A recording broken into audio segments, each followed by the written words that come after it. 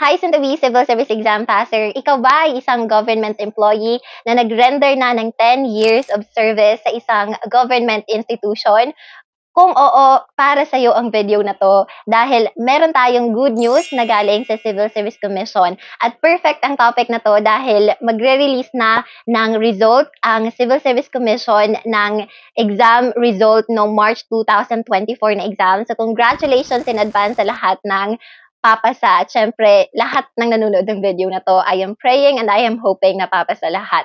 So yes, kung interesado po kayong malaman kung ano yung good news galing sa Civil Service Commission para doon sa mga naka 10 years na ng service and above, then make sure to watch this video until the end. Let's begin.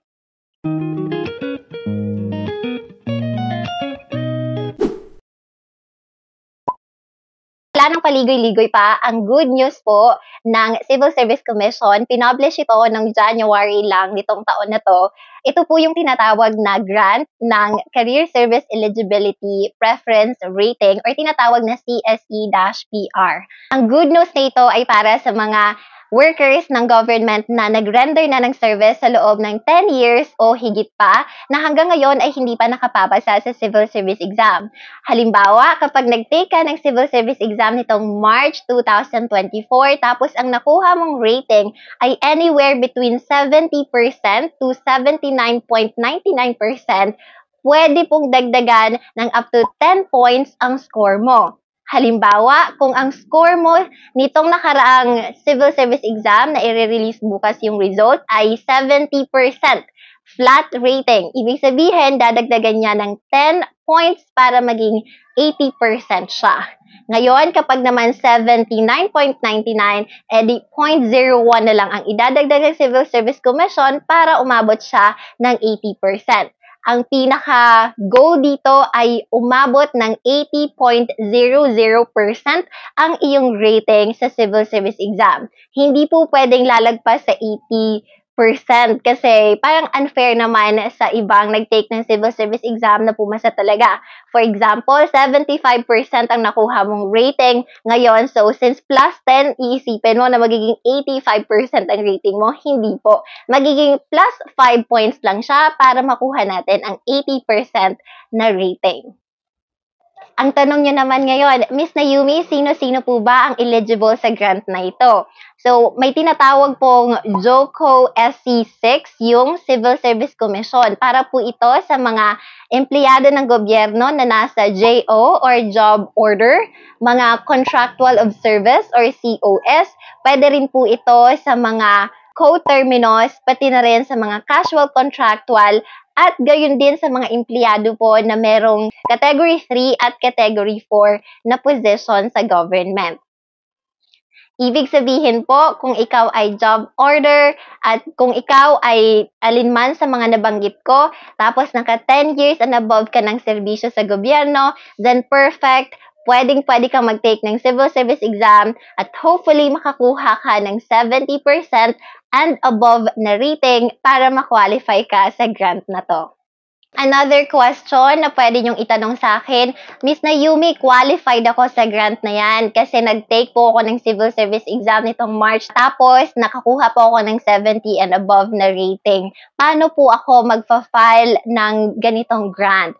Ang gagawin nyo po, magpa-file po kayo ng ganitong grant at least 6 months after ng release ng civil service exam na tinake ninyo. Make sure na mag-fill out kayo ng appropriate na form para dito. So, syempre, pupunta po kayo sa mismong Civil Service Field Office. Tapos, sasabihin nyo po na mag-a-apply kayo sa ganitong grant. Tapos, syempre, may mga requirements na kakailanganin dyan, kaya be prepared na lang din. Ngayon naman, kanino tayo dapat magpasalamat dahil nagkaroon ng ganitong grant? Ito actually ay parang pinamunuan to ng CSC chairperson na si Attorney Carlos Nograles. So magpasalamat po tayo kay Chairman Nograles dahil naisipan po niyang ipanukala ang ganitong resolution nga na magbigay ng grant para sa mga 10 years and above na ang experience sa government. Maganda po ito kasi base po sa experience ko dahil nagsishare din ako ng mga experience ko. Nagtuturo rin ako paminsan-minsan ng mga topics related sa civil service exam. Ang dami din po talagang nag-reach out sa akin na almost senior citizen na po sila, nasa 40s, 50s na po sila, na halos 10, 20, 25, 30 years na silang nagre-render sa government service, pero hanggang ngayon, sila po ay contractual of service pa rin, sila po ay nasa job order pa rin po, hindi pa rin po sila permanent, hindi pa rin sila regular, hindi pa rin sila napopromote dahil lang sa hindi po sila nakapapasa ng civil service exam dahil below 80% ang nakukuha nilang rating. At ako personally, naawa ako sa ganon kasi nga feeling ko yung mga nag-work sa gobyerno ng ganong katagal ay nakakuha naman na ng relevant na experience, skills, tsaka knowledge na pwede nilang sabihin at ipatunayan sa sarili nila na kayang-kaya kong gawin ang ginagawa ng isang civil service exam passer kagaya ninyo. Kaya natutuwa ako para doon sa mga nag-take na ng civil service exam this March.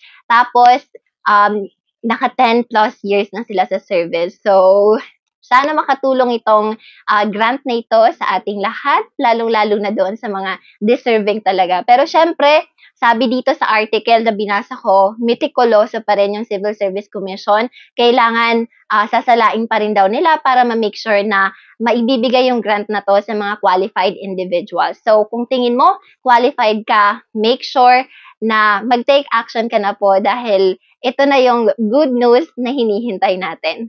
So, yun. Make sure to watch my other videos po tungkol sa mga civil service exam questions, my experience personally, at iba pa. I'll talk to you soon. Bye!